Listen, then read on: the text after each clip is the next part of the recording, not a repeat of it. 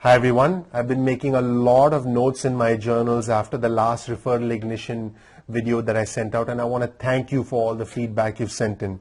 I'm looking at my notes, and a lot of private practice owners have said that they're struggling to get new patients. A lot of private practice owners are just, it's hard to make ends meet.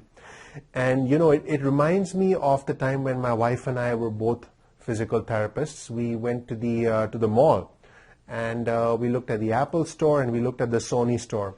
And what I found really fascinating was that the Apple store was just, it was mobbed.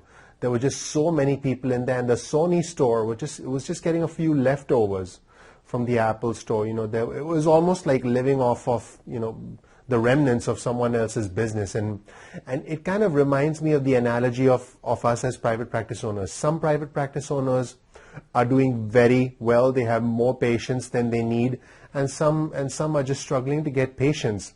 And you know, I'm actually reading the Steve Jobs book, the Steve Jobs autobiography, and what I find really fascinating is that when you compare the management philosophy of Sony and Apple, the fact is, when Steve Jobs took over the management of Apple in the late 1990s, what he noticed was Sony had different departments. In fact, the whole company was a little bit disjointed, was fragmented, and he felt that Sony basically had a mangled mess of technologies. Sony sold music players, Sony had their own, you know, record label, they sold software, but they couldn't put it all together. And Apple, as you know, as we all know, has an end-to-end solution. In fact, they have the software, they have the music player, the iPod, they have the whole platform called the iTunes store. And in fact, a lot of people said iTunes would sell about 1 million songs in 6 months. It in fact ended up selling 1 million songs in 6 days.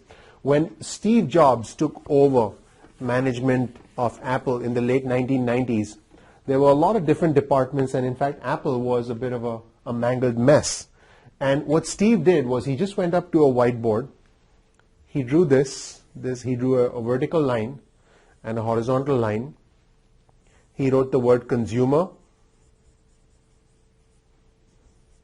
corporate. He wrote desktop,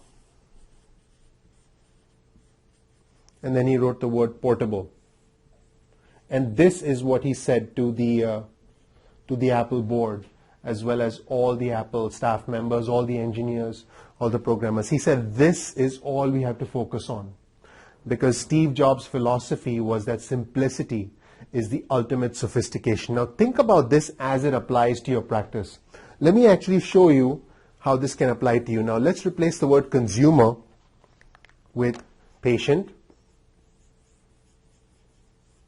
Oops, there's my handwriting. Yep, that's patient. Let's replace the word corporate with physician or any other referral source.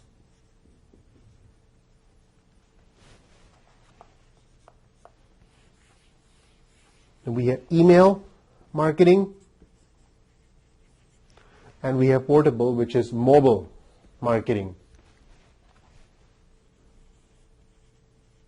Now, if you had a system to reach patients through email, through mobile phones, and if you had a system to reach doctors through different methods like email, like regular mail, like fax, imagine what that could do for your practice. You need to be able to simplify all the systems in your practice. The problem that we have as private practice owners is there's a separate provider for a website, there's a separate provider for email services, there's someone else that we use a printer down the street for sending postcards.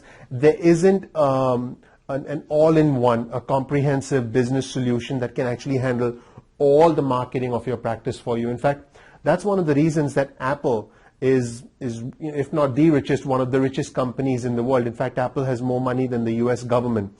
Apple was able to have end-to-end control of the user experience, right from the way, you know, the way they perceive, the way a consumer perceives a product when they open the box, to the syncing of the device with software and the whole 9 yards. So what I think that we need to do as private practice owners is pay attention to systems for communicating with patients, with doctors, using email, using mobile. There are other methods as well, using fax, using direct mail. But I think it's important to simplify and to focus as private practice owners, and that's where we can learn from what Apple did and apply that to our own private practice.